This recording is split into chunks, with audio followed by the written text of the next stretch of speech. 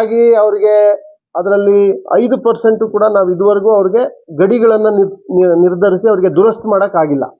ಒಂದ್ಸರಿ ನಾವು ಗಡಿ ಗುರುತಿಸಿಲ್ಲ ಅಂತಂದ್ರೆ ಪ್ರತಿ ಮಳೆಗಾಲದಲ್ಲಿ ಅವ್ರು ಬಿತ್ತಕ್ಕೆ ಹೋದಾಗ ಗಲಾಟೆ ಆಗುತ್ತೆ, ನಂದು ಅಂತೇಳಿ ಗಲಾಟೆ ಆಗುತ್ತೆ. ಹೊಸ ಅರ್ಜಿಗಳಿಗೆ ನಾವು ಅವಕಾಶ ಕೊಟ್ಟಿದ್ದೀವಿ.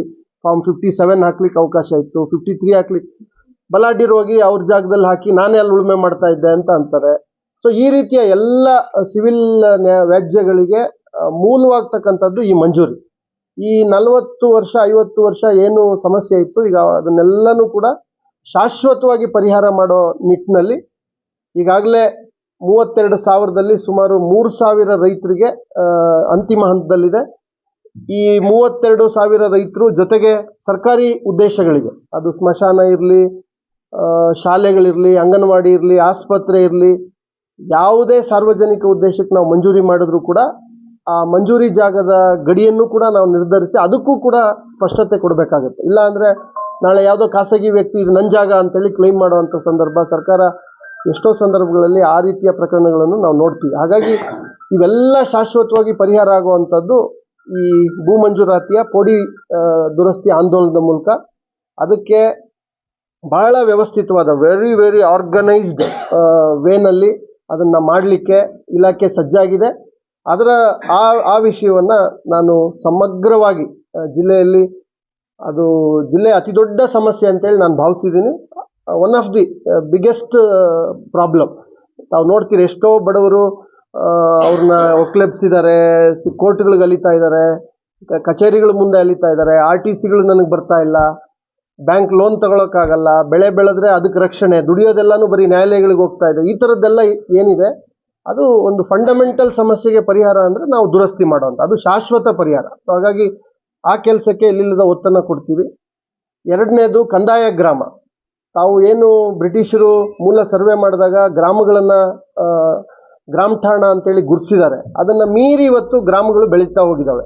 ಸರ್ವೆ ನಂಬರ್ಗಳಲ್ಲಿ ಹೊಸದಾಗಿ ಮನೆಗಳಾಗಿದ್ದಾವೆ, ಖಾಸಗಿ ವ್ಯಕ್ತಿಗಳ ಜಾಗಗಳಲ್ಲಿ ಬಡವರು ಮನೆಗಳನ್ನು ಕಟ್ಕೊಂಡಿದ್ದಾರೆ. ಇದಕ್ಕೂ ಕೂಡ ಶಾಶ್ವತ ಪರಿಹಾರ ಕೊಡೋ ನಿಟ್ಟಿನಲ್ಲಿ ಅದೊಂದು ಐತಿಹಾಸಿಕ ನಿರ್ಣಯ, ಕಂದಾಯ ಗ್ರಾಮಗಳನ್ನು ಮಾಡುವಂಥದ್ದು ಅಥವಾ ಉಪ ಕಂದಾಯ ಗ್ರಾಮಗಳನ್ನು ಮಾಡುವಂಥದ್ದು.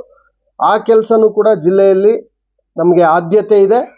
ಇಡೀ ಜಿಲ್ಲೆಯ 157 ಪಂಚಾಯತಿಗಳ ಪ್ರತಿ ಜನವಸತಿ ಪ್ರದೇಶ, ಒಂದೊಂದು ಪಂಚಾಯತ್ನಲ್ಲಿ 10 ಜನವಸತಿ ಪ್ರದೇಶ ಇರ್ಬೋದು, 20 ಇರ್ಬೋದು, 30 ಇರ್ಬೋದು, ಎಷ್ಟೇ ಜನವಸತಿ 10 ಮನೆಗಳ ಮೇಲೆ ಒಂದು ಕ್ಲಸ್ಟರ್ ಇದ್ದರೆ ಅದನ್ನು ಉಪಕಂದಾಯ ಗ್ರಾಮ ಅಂಥೇಳಿ ಘೋಷಣೆ ಮಾಡಿ ಅವರಿಗೆ ಶಾಶ್ವತವಾದಂಥ ಹಕ್ಕುಪತ್ರಗಳನ್ನು, ಅದು ಖಾಸಗಿ ಜಮೀನಲ್ಲಿ ಅವ್ರು ಕಟ್ಟಿರಲಿ, ಸರ್ಕಾರಿ ಜಮೀನಲ್ಲಿ ಒತ್ತುವರಿ ಮಾಡಿ ಮನೆ ಕಟ್ಟಿರಲಿ, ಅವರೆಲ್ಲರಿಗೂ ಕೂಡ ಭದ್ರತೆ ಒದಗಿಸುವಂಥ ಒಂದು ಐತಿಹಾಸಿಕ ಕೆಲಸ ತಮ್ಮ ಮೂಲಕ ಆದರೆ ಅದು ಇನ್ನೂ ಹೆಚ್ಚು ಮೌಲ್ಯಯುತವಾಗಿ ಜನಸಾಮಾನ್ಯನಿಗೆ ಶಕ್ತಿ ತುಂಬುತ್ತೆ ಅನ್ನೋದು ನನ್ನ ಆಶಯ. ಹಾಗಾಗಿ ಅದನ್ನು ನಾವು ಮಾಡ್ತೀವಿ.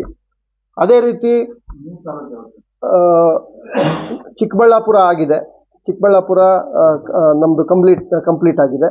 ಅದೇ ಥರ ಟು ಸಮ್ ಎಕ್ಸ್ಟೆಂಟ್ ಗುಡಿಬಂಡೆ 90-95% ಆಗಿದೆ. ಸೊ ಈ ಥರ ಇದೆ, ತಾಲೂಕುಗಳಿದೆ. ನಾನು ಇವತ್ತು 100% ಅಂತಲೂ, ಯಾಕೆ ಅಂದರೆ until and unless we verify those document and certify, ಇನ್ನೊಂದು 15-20 ದಿನದಲ್ಲಿ ಅದನ್ನು ಮಾಡ್ತೀವಿ. ಸೊ ಶಿರಸ್ದಾರಿಗೆ ಜವಾಬ್ದಾರಿಗಳನ್ನು ಹಾಕಿದ್ದೀವಿ, ಅವರು ಆ ಎಲ್ಲ ದಾಖಲೆಗಳನ್ನು ದೃಢೀಕರಿಸುವಂಥ ಜವಾಬ್ದಾರಿ ಹಾಕಿದ್ದೀವಿ. ಅದು ಆದಾಗ ಅದು ತಮಗೆ ಗೊತ್ತಾಗುತ್ತೆ. ಸೊ 4ನೇದು 3 ವಿಷಯ ಹೇಳಿದ್ದೀನಿ. 4ನೇದು, ಇನ್ನೂ ಅನೇಕ ಜನ 53-57 ಅರ್ಜಿಗಳನ್ನು ಹಾಕಿ ಮಂಜೂರಾತಿಗಾಗಿ ಕಾಯ್ತಾ ಇದ್ದಾರೆ, ಸಾಗುವಳಿ ಚೀಟಿಗಳ ಮಂಜೂರಾತಿಗಾಗಿ ಕಾಯ್ತಾ ಇದ್ದಾರೆ. ಅವೆಲ್ಲವನ್ನು ಕೂಡ ಸಕ್ರಮೀಕರಣ ಸಮಿತಿ, ಮಾನ್ಯ ಶಾಸಕರುಗಳು ಆಯಾ ತಾಲೂಕಿನ ಅಧ್ಯಕ್ಷರುಗಳಾಗಿರ್ತಾರೆ, ಇನ್ನೂ 2 ತಾಲೂಕುಗಳಲ್ಲಿ ಆ ಸಮಿತಿಗಳು ಫಾರ್ಮೇಷನ್ ಆಗಬೇಕು. ಉಳಿದ 3 ವಿಧಾನಸಭಾ ಕ್ಷೇತ್ರಗಳ ವ್ಯಾಪ್ತಿನಲ್ಲಿ ಆ ಕಮಿಟಿಗಳಿಗಾಗಲೇ ಆಗಿದೆ. ಆಗಿರೋ ಕಡೆ ಅವುಗಳಿಗೆ ವೇಗವನ್ನು ಕೊಟ್ಟು ನಗರ ಪಟ್ಟಣ ಪ್ರದೇಶದ ಸೀಮಿತ ವ್ಯಾಪ್ತಿಯ ಒಳಗಡೆ ಇದ್ದರೆ ಮಂಜೂರಿನೇ ಮಾಡೋಕ್ಕೆ ಬರೋದಿಲ್ಲ. 5 ಕಿಲೋಮೀಟರ್ ನಗರಸಭೆ 5 ಕಿಲೋಮೀಟರ್ ವ್ಯಾಪ್ತಿ ಒಳಗಡೆ ಅರ್ಜಿ ಹಾಕಿದರೆ ಅದನ್ನು ಮಂಜೂರಿನೇ ಮಾಡೋಕ್ಕೆ ಬರೋದಿಲ್ಲ. ಕಾರಣ, ಆ ನಗರದ ಮುಂದಿನ ಅಭಿವೃದ್ಧಿಗೆ, ಮುಂದಿನ ಉದ್ದೇಶಗಳಿಗೆ ಅಲ್ಲಿ ಯಾವುದೇ ಮಂಜೂರಾತಿ ಮಾಡಬಾರ್ದು, ಅದನ್ನು ಸಾರ್ವಜನಿಕ ಉದ್ದೇಶಕ್ಕೆ ಬಳಕೆ ಮಾಡೋಂಗೆ ಆಗಬೇಕು ಅನ್ನೋ ಉದ್ದೇಶದಿಂದ ಆಶ್ರಯ ಯೋಜನೆಗಳಿರ್ಬೋದು, ಸೈಟ್ಗಳನ್ನು ವಿತರಣೆ ಮಾಡೋ, ಮನೆ ಕಟ್ಟುವಂಥದ್ದು, ಗುಂಪು ಮನೆಗಳನ್ನ ಕಟ್ಟುವಂಥದ್ದು, ಈ ಥರ ಅಭಿವೃದ್ಧಿ ಕಾರ್ಯಗಳಿಗೆ STP, sewage treatment plant, water treatment plant, ಈ ಥರದ್ದೆಲ್ಲ ನಗರದ ಅಭಿವೃದ್ಧಿಗೆ ಬೇಕಾದಕ್ಕೆ ಜಾಗ ಬೇಕು ಅಂತೇಳಿ ಈ ಕಾಯ್ದೆನೆಲ್ಲ ಆ ಥರದ ಒಂದು ಕಾನೂನಿದೆ. ಸೊ ಆ ಎಲ್ಲ ಅರ್ಜಿಗಳನ್ನು ವಿಲೇ ಮಾಡುವಂಥದ್ದು, ಅವುಗಳಿಂದ ನಗರಾಭಿವೃದ್ಧಿಗೆ ಬೇಕಾದಂಥ ಭೂಮಿಯನ್ನು ಮಾಡ್ಕೊಳ್ಳುವಂಥದ್ದು, ಜೊತೆಗೆ ಅದಕ್ಕಿಂತ ಮುಖ್ಯವಾಗಿ ಅರ್ಹರಿಗೆ ಮಂಜೂರು ಮಾಡಿಸುವಂಥದ್ದು. ಆ ಎಲ್ಲ ಪ್ರಕ್ರಿಯೆಗಳನ್ನು ಕೂಡ ನಾವು ಚಾಲನೆ ಕೊಡ್ತೀವಿ. ಅದನ್ನು ಕೂಡ ಸಮಗ್ರವಾಗಿ ಮೇಲುಸ್ತುವಾರಿಯನ್ನ ಮಾಡ್ತೇವೆ. 5ನೇದು ಅತಿ ದೊಡ್ಡ ಜವಾಬ್ದಾರಿ, ಸುಮಾರು 2 ಲಕ್ಷ ಖಾತೆದಾರರು ಮರಣ ಹೊಂದಿದ್ದಾರೆ. ಇನ್ನು ಅವರ ಹೆಸರಲ್ಲೇ ನಮ್ಮ RTCಗಳು ಬರ್ತಾ ಇದ್ದಾವೆ. ಇದು ಈ ಪೌತಿ ಖಾತೆ ಅಂತ ಕರಿತೀವಿ. ಎಲ್ಲರೂ ಕೂಡ ಆಯಾ ಕುಟುಂಬದಲ್ಲಿ ಹಿರಿಯರ ಹೆಸರಲ್ಲಿ ಆಸ್ತಿ ಇರುತ್ತೆ, ಭಾಗ ಮಾಡ್ಕೊಳ್ಬೇಕು. ಅದಕ್ಕೆ ಪೂರಕ ದಾಖಲೆಗಳನ್ನು ಮಾಡಿಕೊಂಡು ಅವರು ಕಂದಾಯ ಇಲಾಖೆಗೆ ಭೇಟಿ ಮಾಡಿ, ತಂದೆ ಹೆಸರಲ್ಲಿದೆ, 3 ಜನ ಅಣ್ಣ ತಮ್ಮಂದಿರಿದ್ದಾರೆ ಅಂದರೆ ಅವರು ನ್ಯಾಯಯುತವಾದಂಥ ಒಂದು ವಿಭಾಗ ಪತ್ರವನ್ನು, ರಿಜಿಸ್ಟರ್ಡ್ ವಿಭಾಗ ಪತ್ರವನ್ನು ಮಾಡಿದ್ರೆ ಸ್ವಾಭಾವಿಕವಾಗಿ ಅವರ ಹೆಸರಿಗೆ, ಅವರವರ ಪಾಲಿಗೆ ಪೂರಕವಾಗಿ ಅವ್ರಿಗೆ ಆಸ್ತಿಗಳು ಅವ್ರ ಹೆಸರಿಗೆ ಬರ್ತದೆ.